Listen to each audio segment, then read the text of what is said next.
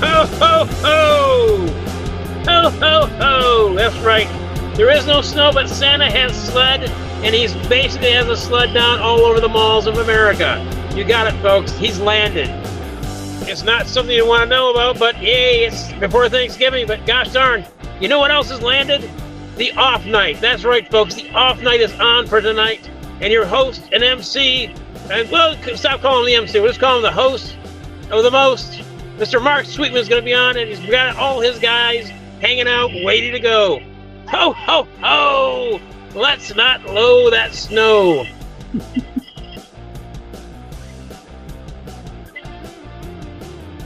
You got it, Mark? Oh, I'm right here. Here I am. Okay. I got it. So it's been a very, very festive week at the 12 Oaks Mall. Oh, you started already? We have started already. Yeah, that's right. You know, October was barely put down, and they decided to put the sleigh in.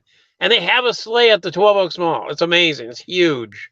So it's kind of fun. So, so what are your hours like over there? I'm actually working with another Santa. This is the first time in a while. I'm usually the sole guy, and I usually go like from 11 to 8 at night, and then I have a break or whatever. But now I have this opening Santa. I like to call him my opener. Anyway, That's great. He doesn't know. Usually, Usually headliners Santa. Well, I'm headlining as Santa. That's right. I could just see the Santa coming in going, well, usually I headline, but... yeah, I got to open for you, He's got bells on, so it's like, I can always hear him when he's coming down the hall. I work like 4 hours, 3 to 7, and I always hear him coming down the hall. It's sort of like this sort of sad sort of, click, click, clink, jingle, jingle, jingle. It's like the bells... the bells are tolling for me to go down there now. It's like right. So I keep thinking about that one Edgar Allan Poe story about the guy that gets buried in the wall. He has a little ringling bell in his head. It's like Fortunato, are you there? So that's basically that's our literary moment for the day. So there we go. Yeah, good. Well, yeah, as you can see, I've already got Susan with me. Okay. And this is going to be a fun show. We'll probably talk a lot about New York because we just spent a very long weekend in New York. Any weekend with Sam's got to be long. You know what I'm saying? Okay. Anyway, you know what? It was like we were only there 4 days, but it seemed like a whole week. I mean, it's just, It was in the 60s. Yeah, it was rained once. Very nice, very nice so weather. Beautiful. Yeah, I'll have to remember to go the week after the election. Yes. Yes. When I go to New York, because it was very pleasant. Mother Nature smiled on us. But anyway, Susan's got two poems, and you want to tell what happened, or should I tell you what? Should I do an intro for this? We went to the Amber Ruffin show, and Susan and I have been talking about the Amber Ruffin show because it's a stream show. It's on the Peacock Network, which is NBC's streaming service. So not everybody gets it, even though it's you can download it for free. First of all, Amber Ruffin, big fan. So I hope she's tuning in tonight.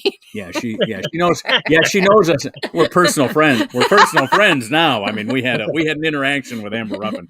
But she's a writer on the Seth Meyers late night show. Oh, great! Yeah, he's the guy that took over for Jimmy Fallon after he took over for Conan after he took over for David Letterman. Blah blah blah. Anyway, so we went to the show, and Susan had written a poem for Amber Ruffin, as she does for our show. A fan poem. It was fan art. Usually it's a drawing when they have fan art. Fan art in poetry. This fan art was the written word.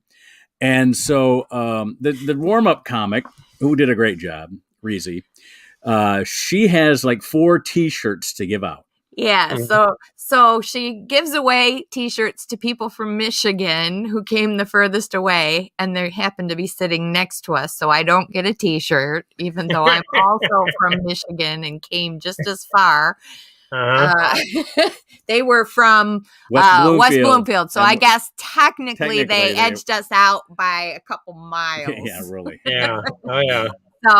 So they get a T-shirt. We were just as far. We're just as far west. We should have found out what part of West Bloomfield they were from. If they were from the southeast corner, well, we would have been further away. I let them have it because then she has one last T-shirt to give away, and she's like, "Anybody bring anything to share with the class?" So I said, "I have a poem I wrote for Amber Ruffin." So I share half my poem. I will do the whole poem tonight, but everybody loved it. And then a guy says, well, I have a card trick. And he has her pick a card and says, you pick the 10 of spades. And he, wow. And so she gives him what it T-shirt. Was. He gets the T-shirt, but my poem doesn't get a T-shirt. Oh my gosh. That bastard. So then during the taping, you know, as sometimes happens, they have to redo parts of the show and do a skit over a second time, that sort of thing. So Amber comes up to chit chat with us while they're resetting the stage. And she says, does anybody have any questions? And Susan says, I wrote a poem for you. Can I give it to you? And she took it from me and she was going to read it, but then everybody stopped her and says, well, she already read it. And then Amber asks, you know, was it good? And just people glowed and said it was great. Yeah. So that's my Amber Ruffin story. You didn't get a T-shirt. You still didn't get a T-shirt. Still didn't get a T-shirt, but we got a get a T-shirt. We got a book. We got a book bag. We got an Amber Ruffin book bag. But yes, I did get a tote bag. We got two tote bags, so even better than a T-shirt, if you ask me. Way more practical. Anyway, so now here in its full broadcast reading, because this wasn't on the air. This was during a timeout that this was read. So and Amber said she'd take it and read it during her private time. And she did put it down at her computer. So I think she hopefully read it and enjoyed it. Anyway, so here for the first time in full broadcast, here's Susan reading her poem for Amber Ruffin. Poem for Amber Ruffin. I'm glad to be here in New York City. The crowds are great and the theaters are pretty. Amber Ruffin is a writer, comedian, and more. With humor and dancing, you'll be amazed to the core. She covered Olympics, a reporter who's fun. Her smile and laughter could brighten the sun. Dear Amber Ruffin, just how did we get here? History, social justice, we'll laugh and we'll cheer. And also, there's Amber Says What? You'll learn while you laugh in your gut. Let's find out what happened. Amber's deep dive stuff is examined. We have a Tarek Davis, enlightens the show that Amber gave us. There are jokes Seth can't tell. Amber, please give him hell. I thought you should know, couldn't get tickets to his show.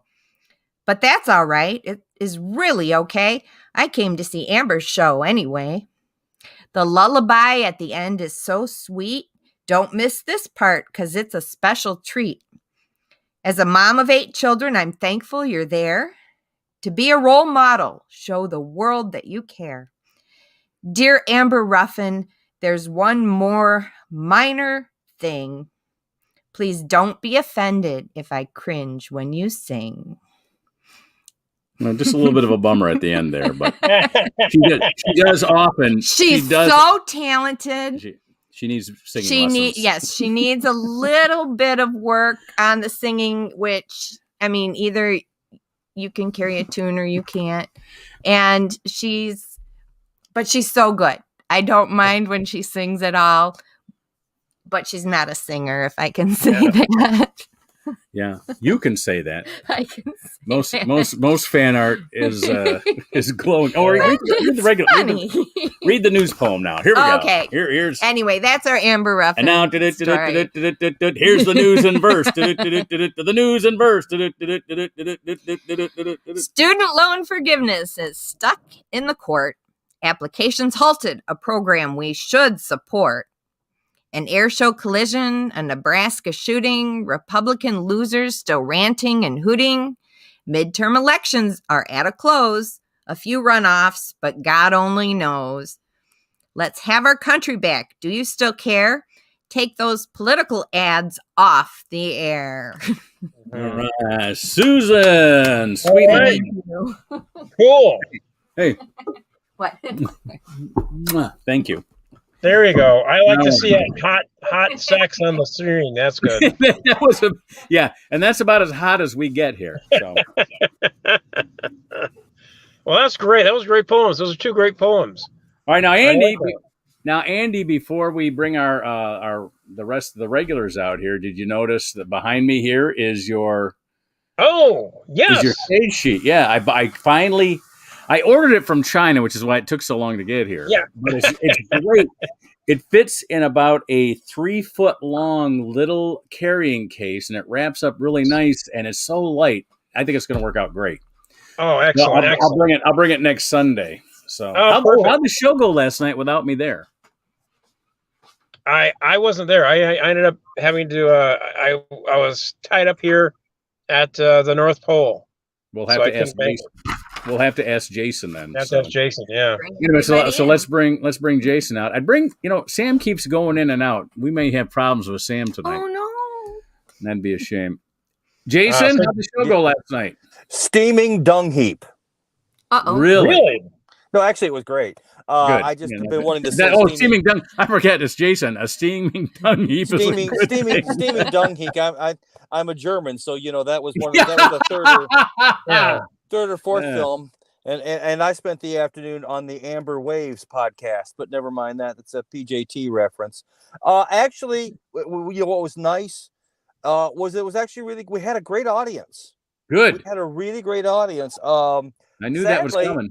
I did not do as well as I had hoped to do. I mean, being the egocentric bastard that I am, I did okay. A few shots landed, a few missed. What are you going to do? But the rest of the show looked pretty good. Kurum did a great job. Who was there? Who else was there? Kurum, the guy who does the whole Stefan thing. Yeah. He was the opener. Who's the Steven Stefan thing? Who's that guy? He's the guy who you said showed up in the summertime. Usually I know who you're talking about. Steve Rossi. Yeah, Steve Rossi. Okay, that's cool.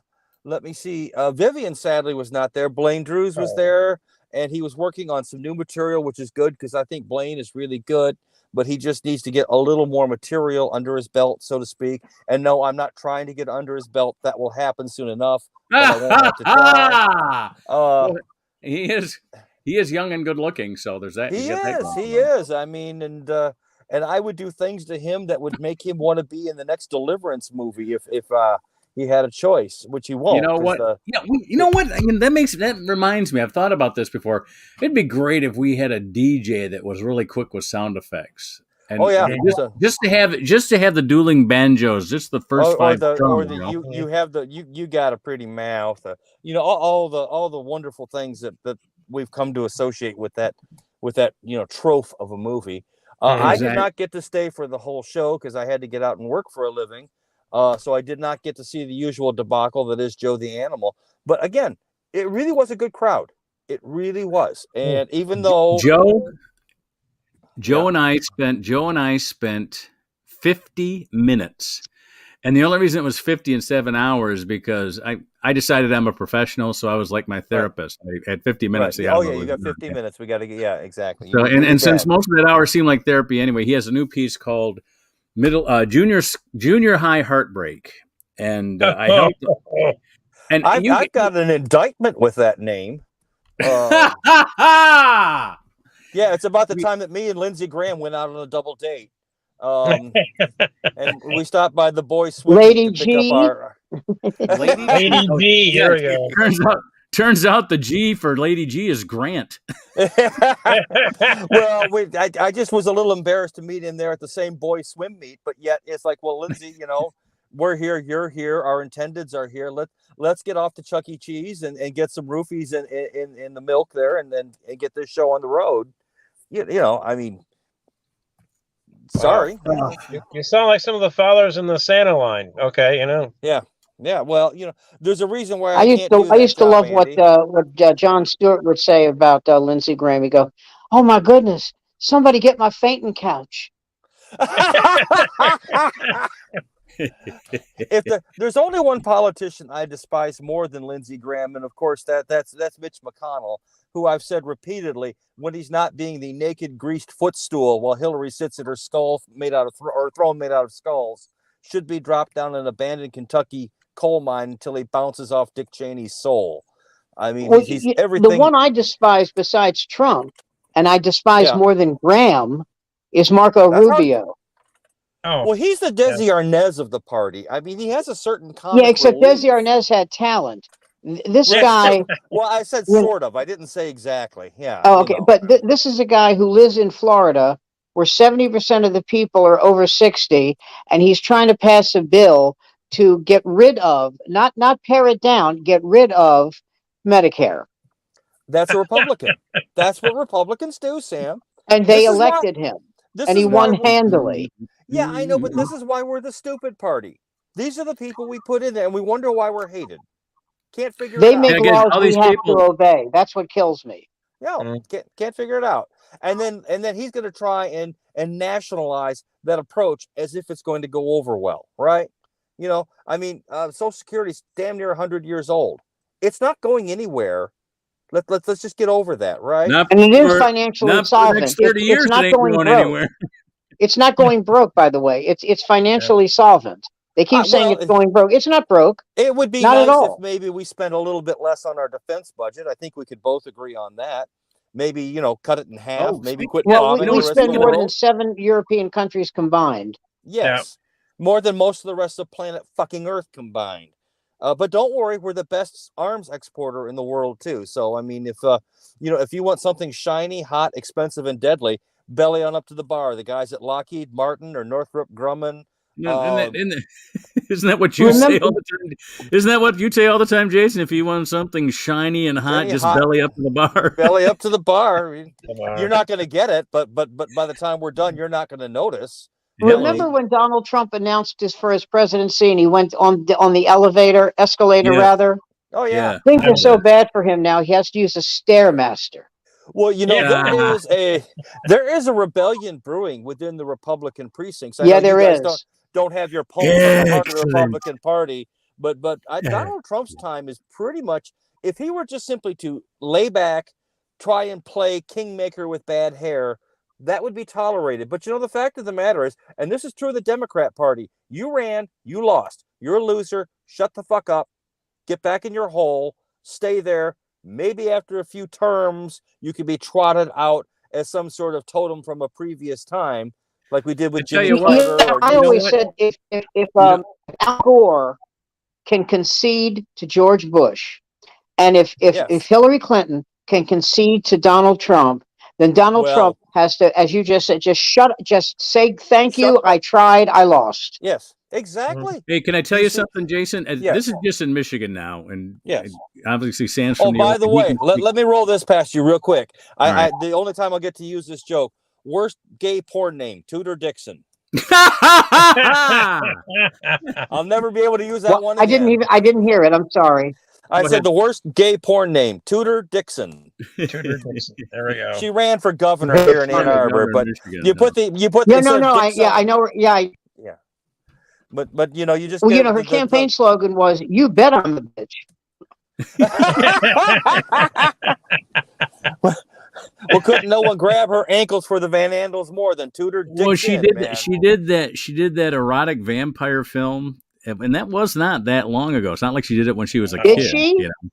Yeah, she was an actress, and she was an actress in a B-rated erotic vampire film. A Trump anointed. Before I forget this, cannot win. Yeah. What was the name of the erotic? And she proved it. Erotic film. I don't remember. Okay. It's a type of thing. It's a type of thing when they ask the governor about it, she goes, "That's not the worst thing she's done." No, it was trying to get the 9 Dutch dicks inside her all at once. That's great. All right, so she could have done it if they were circumcised, but with a little extra skin there. Now, Jason brought up Democrats. They lose, they get out of the way. But yes, now this is in my area. We're talking about my county, my precinct, my district. Everybody who has run as a Republican that loses ends up going back and working somewhere, like Walsh, who ran for state rep. He became the downtown development director.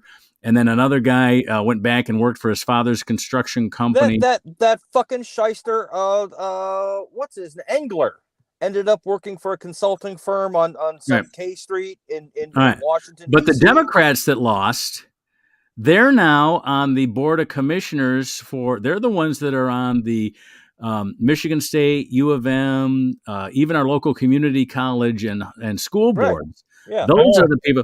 Yeah. So what they do is they downshift their name recognition. Yeah. And everybody remembers them because they ran for Congress and now they're on the school board. So that's where we know the commie bastards are who are trying to and that's why we have litter boxes for the Furbies and I've got one in my bedroom too, so I can't really sit there and give anyone any heartache over that. I mean, you wake up. My daughter said to me, you know so many people here. You know so many people here. Why don't you run for the board? And I said, you mean like city council? She goes, no, for the co-op board where we live. I go, have you ever been to a co-op board meeting? Oh. Have you ever been to a meeting? Yeah, he's gone. Oh, darn. Shoot, we lost him. Yeah, Sam, if you can still hear us, we lost him. Got to come back in. I understand what he's saying, though. We have a condo, and we have to vote for our boards all the time, and it's usually, all right, who didn't piss us off this year? Yeah, exactly. Well, I worked for the first time. I worked as a ballot inspector, poll worker. I was a poll worker this year. Was it a paid position? It was paid. You got paid. Good. So it was like a pretty long day. Started at 6 a.m, and we didn't end until 10:30. So wow. Well, that's going to be at least in Michigan we can get the ballots counted. I mean, like it or not, and let's face it, when the days drag on, and every time it does, you end up getting the Democrat elected. It does not look good. Yeah, I can't sit here and say that skullduggery is afoot, but it certainly does look that way. Well, how about this? How about you let us know the fucking votes before election day? One at a time, please. One at a time. There is no way you can interfere with that ballot. After these, the Michigan ballot, because there's always two women aged 50 to 60 who are constantly on top of everything. They're guys, including me. The Michigan ballot went fine. I am referencing specifically Las Vegas and Arizona. That is my specific reference. I'm not worried about them. The Michigan vote, by and large, you've never heard me come on here, and you've never heard me in person sit there and start screaming about. There's always skullduggery in every election. Let's not be children about that. Now, whether that actually changes, that's true. I did see Ken McGregor at the polls, so I don't know. Now the Republicans in Michigan, though, Jason, are going to have a hard. We have now passed 2 voter referendums, 2018 and 2022, right? Which help increase the amount of. And this last one, the state now has to buy local districts ballot boxes now. The goddamn Republicans were so fucking stupid. They didn't know how to get in the way and end the gerrymandering. I mean, now we got rid of gerrymandering. It's like, now you're not in power anymore. Exactly.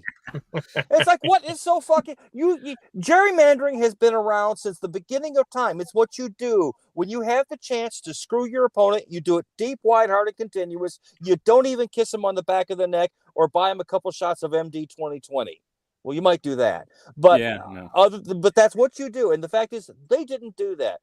As I have said before, and you know what they did? You know what they did, Jason? Stupid party. I know you're a Republican. You should hate this.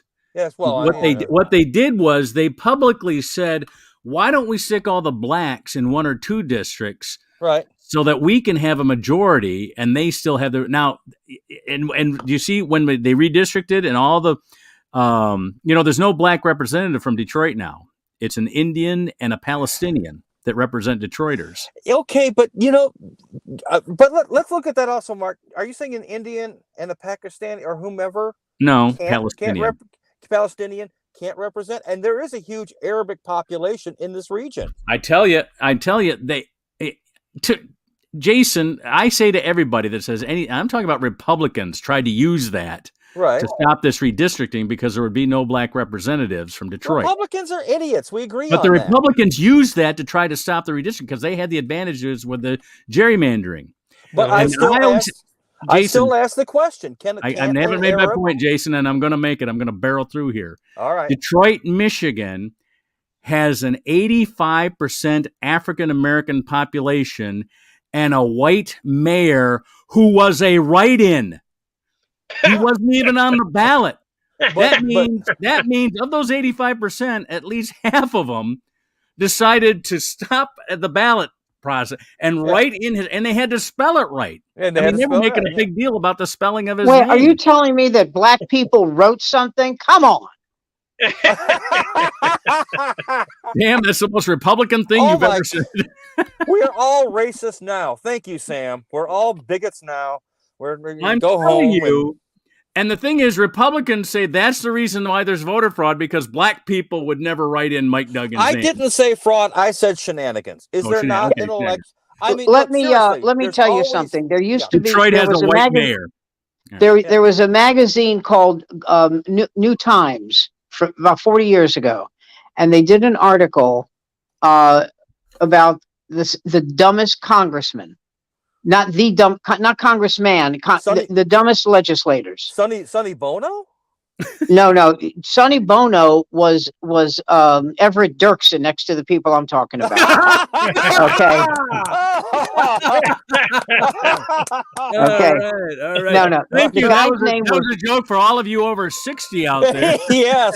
I love an Everett Dirksen joke. Oh my God, Sam, I'm sending you. Well, money. It's very, very hard to get a quorum. Everett, in my this God. part of the Senate. I'm going to start doing Max von Sydow impressions if you're going to. I command you in the name of Christ. I command. Anyway, so this guy, William Scott, I don't know which part of his life for me to tell you first. All right, let me do this one first. Yeah. He was trying to save money. So he took paper clips off of things that his staff, bound papers together and washed them off. And somebody had to tell him that if you wash paper clips, they rust. And then when you put them back onto the paper, it'll leave a red indentation of the paper clip. Okay, so that's number one. Number two, and thank God my daughter's not here, but number two, he said the reason we have zip codes is because niggers can't read. Oh, Jesus. Oh. Did he get the Earl Butz Award for that? Oh, man. You know what that Earl Butz story is, that whole story? It was the Kansas City Convention, 1976. Yeah. And Pat Boone was on an airplane with Earl Butz. Yeah. And he asked him, why can't, to Pat Boone's credit, by the way, why can't the Republican Party attract more black people? It's the party of Lincoln. And that's when Earl Butz said that. Well, all they want is loose shoes, tight pussy, and a warm place to shit. Yeah. By the way, if you ever need a laugh, try to find a copy of the New York Times and how they phrased it. All the news that's fit to print. Yeah. Warm shoe. What was it? Tight, loose shoes. Tight vagina and a comfortable place to defecate. Oh my God! They channeled my grandmother. I love it. And in fact, funny you should say that, because now their motto is "Language, young man." I mean, I don't think it's a revelation that, again, within any election, from school board to whatever, there's always going to be something going on. Nothing is 100%. Do you remember the Florida elections in 2000 when we were counting hanging chads? Now, hung chad was someone that I dated in the early 90s. Hanging chad, I thought was a surfer. Yeah. It absolutely was, Sam. Oh boy. Well, yeah. I tell you, working the tolls. I mean, it was like I can't imagine bringing those big voting machines from that period out. At least in Michigan, crank the balls and crank them over. What's that? At least in Michigan, we have the paper ballot. You darken the little box, you put it into the tabulator, done. How hard is I know. that? How Yeah, difficult that's what I'm is saying. that? It's not hard at all. It's just a matter. It's like, but I can't imagine the way they set it up back in the old days of those big green boxes. Remember Well, that? you know what's amazing? Do you know one of the most, if not the most efficient voting states? Florida. Florida, yeah. Florida is now. I mean, they're done in 36 hours, buddy. Yeah, that's my point, is that, we need to have some sort of system whereby we because, again, even if every ballot was absolutely correct and there really were no shenanigans, it was just a matter of which votes came in where from which district, which were weighted, it still looks bad. The one time I would like, images I'm sorry, are important.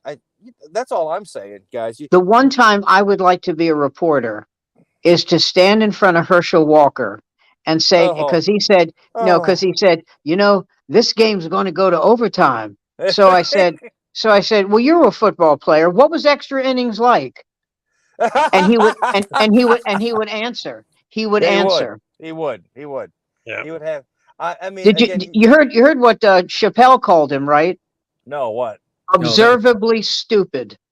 Well, Chappelle also said things about the 2016 campaign and the way and why Trump appealed to people that was incredibly prescient, and people ought to listen to it. He wasn't siding with Trump. He was pointing out, it's one of the reasons why people don't understand. You can't say anything now without somebody. My niece, who's a grown woman, said, as they all are, she said that people are upset with him because they thought he was anti-Semitic. I'm a Jew. There was nothing anti-Semitic about what he did. Nothing, not a word. It's not anti-Semitic to say, I've been to Hollywood. There's lots of Jews. I'm sorry. Did he get that wrong? Well, that's like I was talking to my nephew about Roger Waters. We were going back and forth because I find Roger Waters, whose work I love. And it's hard for me because he hates Israel and he hates Jews. He just does. But he has been in a business for 60 years where some of the most toxic people have been members of the tribe. I'm sorry, but in the music business, there have been some very bad people, and he's rubbed shoulders with them. But there was an article, not an article. There was a TV piece about a guy. I can't remember this guy's name. He was a black screenwriter, and they said that Norman Lear literally lifted his ideas for Good Times. Oh boy! Yeah. And something else. And so the guy said, I'm going to take you to court. And see now Norman Lear is revered now because he's 100 years old and all that. Yeah. And so Norman Lear said, here's the thing. So it was Norman Lear, and then think of 4 Jewish names. Okay. And that was the other 4. I just can't remember their names. Okay. So Norman Lear said, we'll give you $1 million. Now this is 1978. $1 million's a lot of money. And the guy said, no, I want more. And I thought, you know something? You did get screwed over. I'm not arguing that point. And you're nuts. Yeah. Because listen, you're never going to get royalties. You're never going to get residuals. They're giving you what is the equivalent today of about $3.5 million. So take the goddamn money and you make your own production company. Yeah. John Fogerty, CCR. He was the creative force behind CCR. And he's got a video called Vans Can Dance, which, again, is about the guy who fucked him over, but he's portrayed as a dancing, thieving pig. And it was done by the same company that did the claymation Raisins back in the 80s. And it is one of the most anti-Semitic things I've ever... And I understand why John Fogerty's pissed. He got fucked. He got fucked hard by this dude.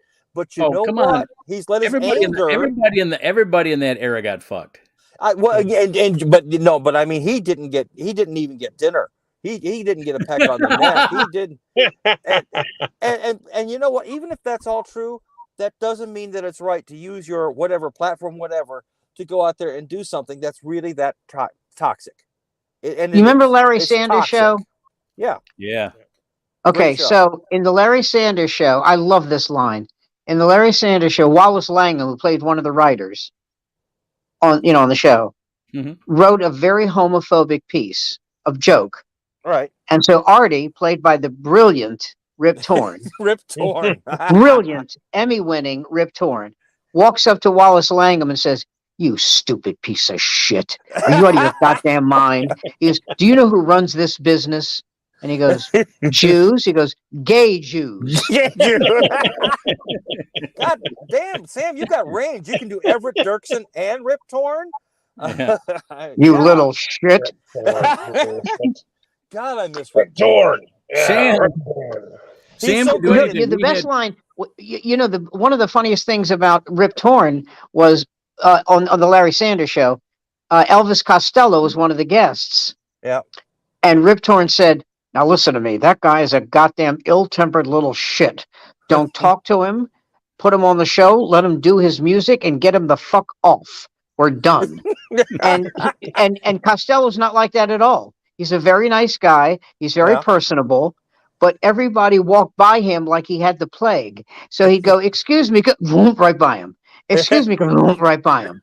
So at the end of the show, Artie's trying to kiss his ass, and instead of calling him Elvis, he calls him by his real name, Declan. Yeah. And he goes, "Well, Declan, it was nice having you here." He goes, "Go fuck yourself." He said, "Everyone I walked up to ignored me. Do you understand? So it's been a real pleasure." Hey, was the character of Artie one person, or was it an amalgam of various talk show It was an amalgam, but if I had to pinpoint one person, it was Freddie DeCordova. That's what I was wondering. That he was Johnny Carson's.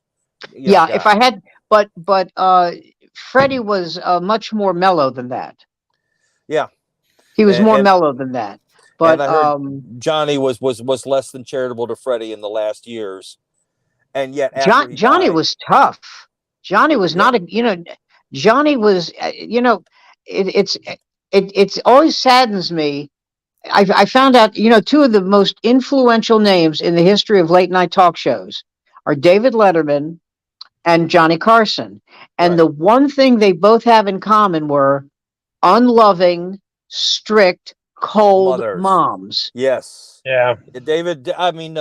Johnny Carson's mom, the stories about her being just a total sea hunt is just. But the same thing. But the thing that amazed me was that what's his name? Letterman had his mother on the show. Yeah. Really? And not all the time, but she wasn't Larry Bud Melman, but on fairly frequently. He sent her to Lillehammer to report on the Olympics. She had a nightly for 2 weeks that one year. She had a nightly segment on the. Do you remember when he sent Bud Melman to Mexico and Calvin DeForest and he was in hell? He said, "Bud, how you doing?" He says, "I'm really unhappy, Dave. I don't like being here." And he wasn't being funny. He I really don't like it here. But see, now Calvin DeForest, I don't know how much money he made, but I guarantee you it was 1,000 times more than he made before he became Larry Bud Melman. Was he an actor before? Yes. Larry Bud? Yes. Calvin DeForest. I was in film school at the time, just before I graduated, just as the Letterman show was coming on late night. And I recognized Calvin DeForest the first time I saw him because I had seen him in student films from when I was in some NYU students had used him in their student films. I think some Columbia students too. You see the thing, because the first time I saw him on Letterman, he was in this one little bit that was supposedly sort of like an Ed Wood kind of thing. And it was when Chris Elliott was a writer on the show. And I always had a thing for Z-grade bad movies. Right. And I saw Larry Bud Melman's performance in it, and I was on the floor. I was throwing up, but it was a really good. Yeah, it was a really good satire. That's what was so funny about it, And the thing about Melman, I'm sorry, what were you going to say, Mark? No, go. No, I'm just saying. It's everybody loves those seemingly unprofessional but adorable people. Kimmel's got one with the Guillermo, right? Guillermo, yeah. Right, Guillermo. exactly. And Seth Meyers has Wally the cue card guy. Well, Carson had Mrs. Miller, but I don't know if she really counts. I don't know. But that was Jack Carr. That was Jack Carr. No, Carson had the guy who subbed for Doc Severinsen, Tommy Newsom. Tommy Newsom. Yeah, but Tommy Newsom was a professional musician. Yeah, but he wasn't. Jack Carr had Miller. Mrs. Miller. Right. Yeah. That's right. Jack Carr had Mrs. Miller. And all right. Seth's got Wally the cue card guy, which it's funny because he's a cue card guy. He's been a cue card guy since Letterman. He wasn't Letterman's cue card guy. That was that guy got fired. Yeah, what happened there? How did that happen? Evidently, as my father would say, he caught a case of the ass. He just it was like one day someone said to him, "Hi, how high, motherfucker? 5 feet, 6 feet?" He lost his shit. He lost his shit one day. Yeah, I could see that happening. Wally, this is, to me, it's like, I'll tell you what it's like to me. That show was about a month from going off the air, okay? At the time. Right. And it reminds me of Law and Order. Esapatha Murchison quit Law and Order. A Wayne State grad, by the way. She went to my school in Detroit. And so they asked her, they said, "Why did you quit?" She says, "There's 3 weeks to go. I had an offer to do a movie. I talked to Dick Wolf about it. He gave me a kiss on the cheek, hugged me, and said, 'Thank you for being here. You were invaluable.'" So there was no hard feelings. Right. There's no hard feelings. The show's going to be off the air in 3 weeks. Because it would seem no big deal. That Dick Wolf is like the last. It would seem that Dick Wolf is like the last guy on planet Earth you want to piss off. I worship him. Yeah, this is a guy who's got 9 shows on the air. Yeah. 9. The Chicago Triumvirate, the Law and Order Triumvirate, and the FBI Triumvirate. Is he EP on all those? I mean, he's not show running all that. He can't. I mean, no. He is the EP on all of those, and he writes a few of them. Yeah, okay. But he's got Eileen Chaikin, and he's got all kinds of people writing for him. There's a comedian, Eddie Feldman, right? Yeah. Mark? Yeah, I know Eddie Feldman. He wrote a Law and Order. Wow. It's an interesting thing about Eddie Feldman. He's somebody who he wrote for Dennis Miller. Mm-hmm. And Eddie was a good but not great comic. He was okay. And I always said that the best writers, the brilliant Emmy award-winning writers, are not the best comics for 2 reasons. Number one, really good comics have, this isn't a curse, but have big egos. Okay? You have to sublimate your ego when you're writing for somebody else. Because if you don't, you're going to look at a joke and you're going to go, "Wow, that's a really good joke. Yeah, fuck him." And you'll keep it to yourself. Yeah. Whereas if you're writing for him, you got to give him the joke. You have to give him that joke. Yeah. I saw Miller do something that was so shitty. It's the reason I stopped watching his show. He did a joke, and it was a Shaggy Dog joke. It took forever. Right. So he finishes the joke, and it gets I love this word, a modicum of laughs. Okay. And he said, he says to the audience, "Folks, I got this guy writing for me. He hasn't given me shit in 3 weeks. So I throw him a bone, and this is the crap he gives me." I went, "You threw your writer on the bus, under the bus, publicly on TV." I think I saw on that. TV. I think I saw that episode. And I thought, what a dick. Next thing you know, and the only thing about him that irritated me more is I said to myself, if he talks one more time about the time he had dinner with Sinatra at the Desert Inn in Vegas, I'm going to eat my own face. Newsflash, Sinatra's dead, and now so's your career. Yeah, it wasn't so much that he talked about eating with Sinatra, as that he said "babe" every other word. Babe. Yeah. Well, he made. I'll tell you, he made fun of Carrot Top, and Carrot Top called, and I mean viciously. Yeah. And Carrot Top got hold of him and said, "What have I done to you? I've never done anything to you. I thought you liked me. I know I like you. You talk about me like I'm a horrible human being." He said, "It's not like saying, oh, he has no talent. It's shitty little things you say." So the next week he comes on. It was the most insincere, fake show business apology. So Scott, you may know him as Carrot Top. He said I was bad mouthing him. Listen, Top, fuck you, Top. Instead of calling him Carrot Top. Many apologies. Hey, Mill, go fuck yourself. God, what a well, douchebag. you heard about the beef between Johnny Carson and Wayne Newton for some reason or another, Carson got Wayne Newton. Yeah. Got Wayne Newton's ass. Yeah, he was doing jokes about him. Till Wayne Newton finally and pretty Wayne much said, Newton walked into his office. Yeah, in person. No, go ahead, please. No, I was saying that he walked into his office. Yeah, and it was one of those things like that's a Hollywood moment where the secretary goes, "You can't go in there." You know, it was one of those. And Wayne Newton is 6'4". Yeah, he's a big man, and he's a black belt in karate. He's a big there you go. And Johnny Carson is 5'9" and drinks Johnny Walker Black. So there's a difference there. Yeah, and 140 and he walks in, he goes, "Yeah, exactly." And he says, "Johnny, that's the last joke you ever do about me. Not gay joke. That's the last joke you ever do about me." And that was I had Wayne Newton on my show when I was in Vegas. Right. Vegas is such a small town in some ways. I was interviewing the governor of the state, right? And Wayne Newton is in the hallway, and he waves to the governor because he knows him. Yeah. And he goes, the governor says, "Do you mind if I bring Wayne in?" "Yeah, of course I do." "Yeah, security." What kind of question is that? I said, "Absolutely, bring him in." So Wayne Newton comes in, and he was so nice. He goes, "Sorry, I don't mean to." I said, "Please have a seat. Please. Can I get you some women?" Yeah. Cream or no cream? Just tell me. Yeah. And so he's talking. What was it? Gwen. If you had gotten that show in Michigan, Sam, that would have been me waving to everybody. Waving. Hey, how you doing? In your studio. Mark? Can you come in? Can I bring Mark in? I interviewed. What was his name? Tim Robbins. Okay. And Tim Robbins was doing a play called. I must have told you this, called Embedded, about the war in Iraq. I remember him doing the play. I don't remember much about it. I think you told me. I don't know if you said it on the show before. And so here's what happened. There was a guy. I can't remember this guy's name. Oh, his guy's name was Stephen Porter.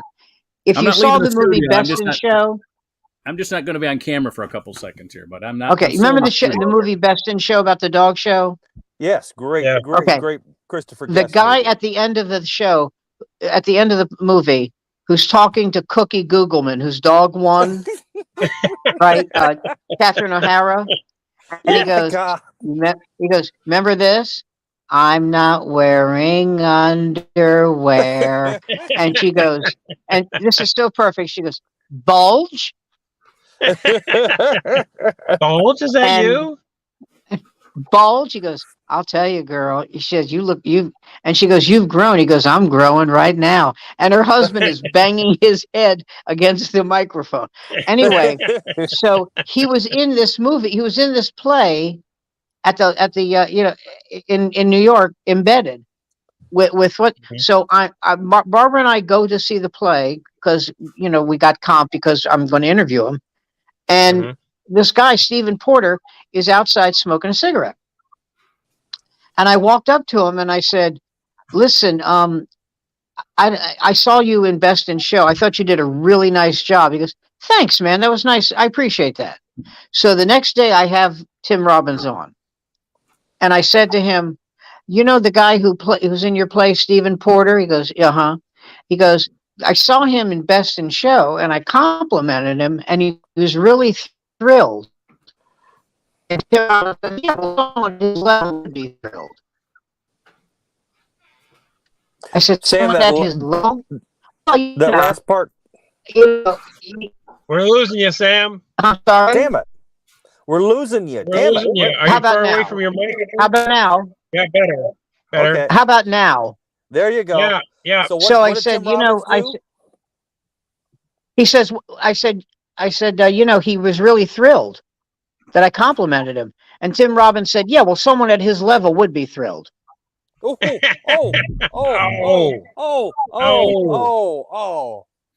Robbins, yes, the ego. There we go. Yeah. Well, Rob Robbins has made the news recently in the last few days because he's also on the bandwagon of saying perhaps us pro-vaxxers went a little bit too far when we were calling for people to choke in their own vomit and die. And that was on a good day. He's suggesting that in light of recent events and other medical discoveries that have been made public, that it wasn't such a good idea to be quite as and you know what? He's on the opposite side of the aisle of me, but if he's willing to be somewhat more civilized, I sure, great, no problem. Yeah, but our Venn diagram probably overlaps more than he thinks. It really does. I mean, there's no doubt about that. Yeah, there's no doubt about that. Absolutely. We may have differences, but our similarities are far more important than whatever differences we have, which is why I've always gotten along.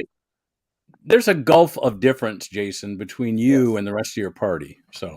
Oh well, I've seen the rest of my party trying to stand up and wipe themselves, try to groom the single eyebrow. Just get them closed. Get them closed to the loincloths. That's all I'm saying. Okay. I mean, they come up here for the convention and they see the indoor plumbing and the electricity, and that's just in the truck stops. And that alone. It's a shame when you're a politician and your resume reads audition for alley oop. But hey, we did have. If I can drop a name, yeah, we we did have Dwight Eisenhower at one time. Yeah, his brother was the president of what, Princeton, or I can't remember, but Dwight was the president of Princeton. His other brother went to Columbia, Michigan Law. Yeah, I mean, when your whole staff has white socks and black shoes, that's questioning. Ike was the president of Columbia. Yeah. I mean, he came. Ike was the president of Columbia. His brother Milton, did a think tank thing, but no, his brother was, was at Pennsylvania, if I'm not mistaken. Listen, there was a time when Republicans had people like Javits, they had people like Everett Dirksen. We had they had Jack Kemp. Millicent Fenwick, Margaret Chase Smith. Think about that. But think about that. You had Margaret Chase Smith, and now you got Marjorie Taylor Greene. Yeah. Please. Marjorie Taylor Greene. Marjorie Taylor. Guys, my but Marjorie Taylor Greene. Let me tell you what she is. Your son went to Princeton, and that's the girl he chose to marry. So now you got to ask yourself. Now you ask yourself, should I kill him or myself? But the Democrats go from having Eleanor Roosevelt to AOC. And there was a time after Franklin had died when you had to who? I heard from Eleanor Roosevelt to who? So AOC. AOC. I'm sorry. AOC. I tell you what, Jason. Yeah. I was in New York this week. Yeah. And I saw AOC on the news. Right. And everything she was doing was local. Well, it's all local. Congressperson. Everything she was doing was local, and I think making her such a villain basically what you're doing is you're trying to elevate your anti-cause. You're trying to. We are not communists, Jason. Mark, we are in lockstep agreement. You and I are in lockstep agreement here, because the problem I have with the modern Republican Party and the paid out whores that run it is they are far too involved in looking backwards, settling old grudges, and not being Democrats, instead of putting forth positions that make sense to people, that can bring the party and the people forward and give them something to vote for, not just villainizing the other people on the other side of the aisle. If the people on the other side of the aisle are villains, they will reveal themselves in time. The reason that AOC will never lose an election is because of what Mark just said. Everything she does is local. So when she gets badmouthed by someone like a Tucker Carlson, the people in her district say, she established rent control. She got us heating oil. Yeah. She made our schools better, because she doesn't do anything national.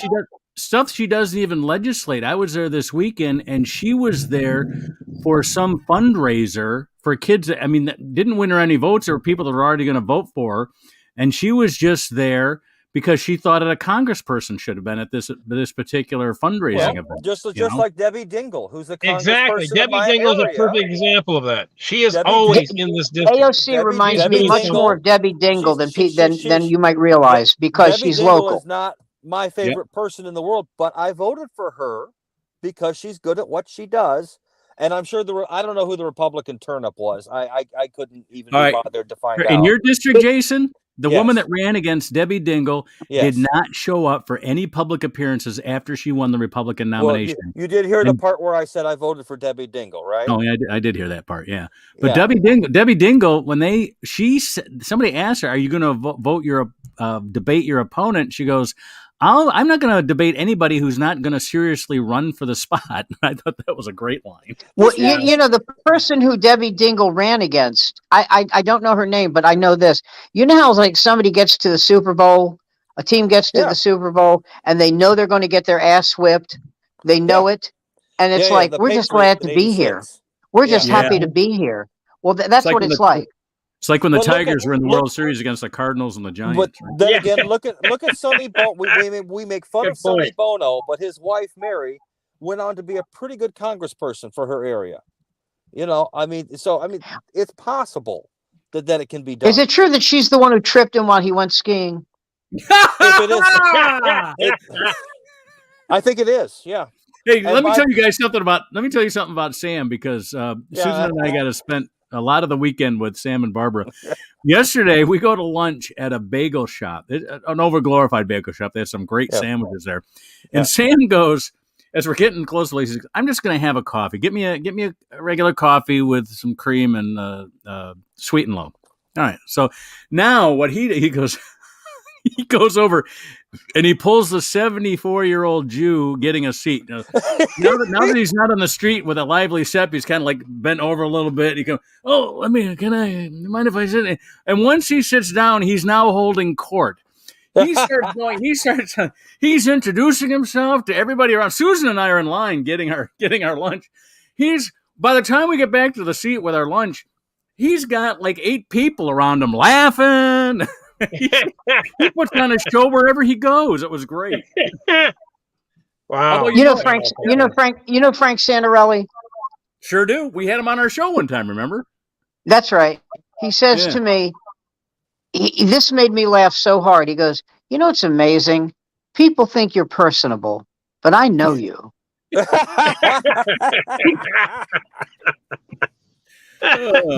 He introduced me one time. I'll never forget this. He introduced me to a friend of his. He goes, this is Sam Greenfield. He's the funniest comic I've ever met, and he doesn't give a shit if you laugh. Well, that's the reason he said that is that's true, because my philosophy is this is my act. I really do hope you like it. I do. But if you don't like it, I'm not walking in traffic.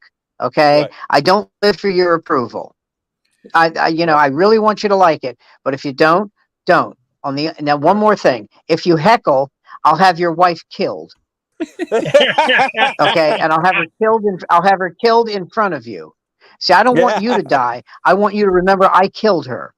That's right. And then I go, so how you doing, everybody? I opened my show that way. Yeah. Not every show, just that one. Well, my favorite opening is I was walking down the street and a man came up to me and said, "Bitch, I'll kick your ass." I said, "No, thank you. I'm married. I have someone to do that for me."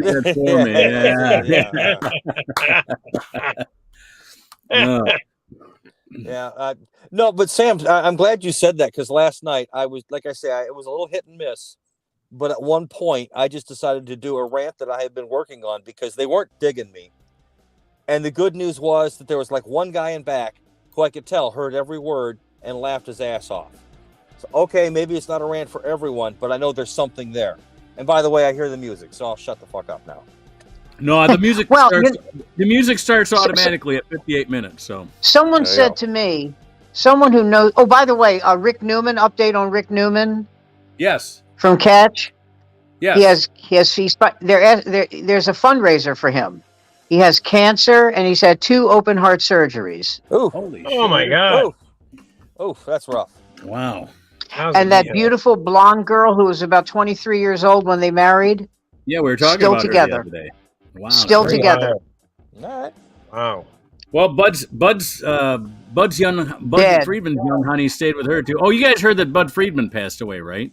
No, are you kidding me? Yeah, he passed away Saturday. Yeah, 90 years old. Anything about Gallagher? Gallagher.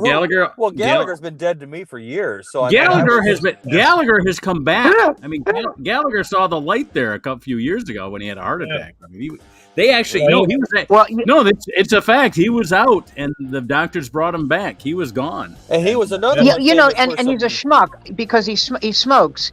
And I met him. I said, if you had a heart attack, why do you smoke? He goes, yeah, I smoke. I go, that's the answer to do you smoke? Why do you smoke if you've had a heart attack? And he goes, what are you, my dad? I said, well, I'm sure you're a cardiologist, but I want to know why do you smoke? And then I thought, and then it hit me. I go, why do I care? Yeah. Well, he's another. And this is a guy. Well, you guys, sold me that to his brother. We can stick around afterwards and chat up our personal stuff here, but I'm going to end the show now for the folks watching. We're here every Monday night at 8 o'clock. Oh, and I should have said this at the beginning while we still had viewers because they're all gone now.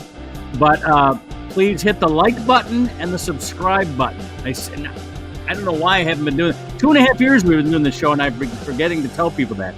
I got to remember, hit the like button, hit the subscribe button. It helps. It helps get us seen by more people. So thanks for joining us. Do it too. So just do it, goddammit. Do it now. Anyway, you guys hang out as soon as we go off the air. No, I don't. Sorry, chat a little bit more. But thanks for joining us, everybody. See you next Monday night at 8 o'clock. People will leave a lighter in the cab. No, I'm all right.